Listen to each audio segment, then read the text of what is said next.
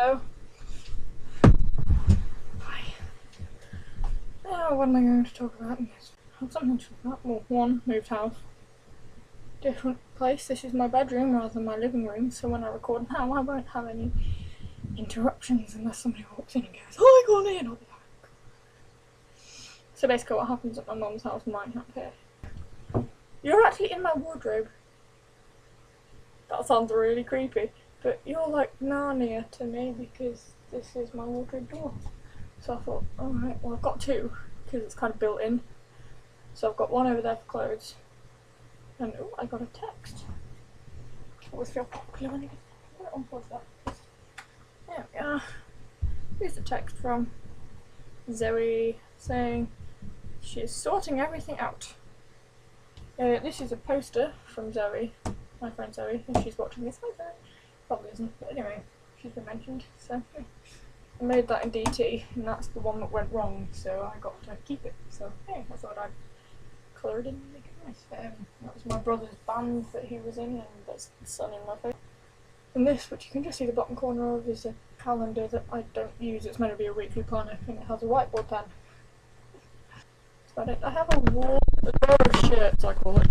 They're things from past that I think is cool. Pokemon, holiday, my old dance school, again my old dance school, and then the top one is my year 6 play. I need food. I'm gonna come back and get food. Got a sausage roll. I almost had a mental breakdown, couldn't find the Jaffa cakes. I've decided I'm gonna try and make videos for my songs, like every month or so. It won't happen because I hardly have any free time. That's a lie. I have lots of free time that I should be doing homework. That I say I am, but I'm not. Anyway, so I don't have any free time. Yeah. I feel I should do like a monthly thing. I should do like a monthly thing, like pick of the month or something, like my favourite song, my favourite video, something like that, you know. I've got one bookshelf that has mostly got pretty much all my books on. Not that many books, I know. There we are. But you'll be happy to know that if you're a fandom person, those are Lord of the Rings. Not Lord of the Rings. Those are Harry Potter. Then that's Lord of the Rings. And then they are... Oh, there's a, like, the Golden Compass, but it's not really called the Golden Compass, so I don't know what it's called. I got told to read them, but I have to read Harry Potter first. I have a thing where I can't read many books at the same time, because my brain doesn't cope. I'm gonna read it back because you're too close to my face. So yeah, I have a thing where, like, if I get meant to read a series, I will read it from start to end, except for series of unfortunate events, because the library's shut.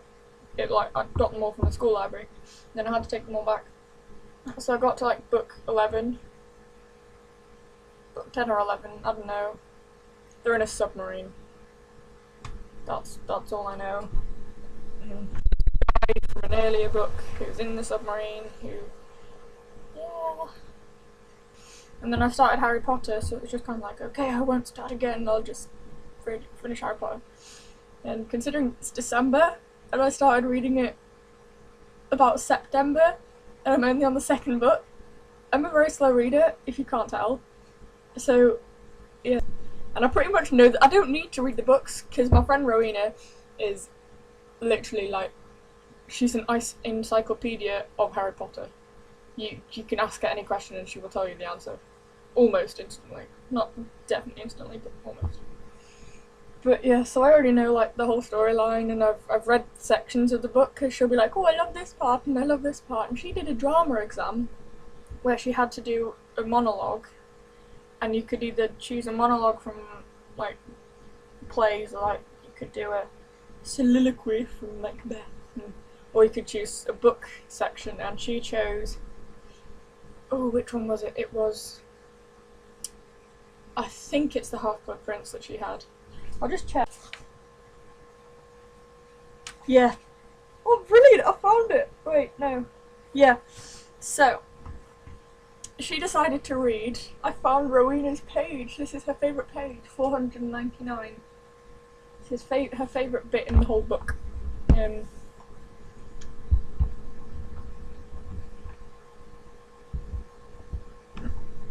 Shall I read it to you? I feel like I should read it to you. Anyway, she entered a drama exam with this bit. If they had time, they might discuss the match. And she loves that bit. That's her favourite bit. And I must admit, I can see why. So she did that in a drama exam. Anyway, back to what I was talking about. So yeah, I'm on Chamber of Secrets at the moment. It's good.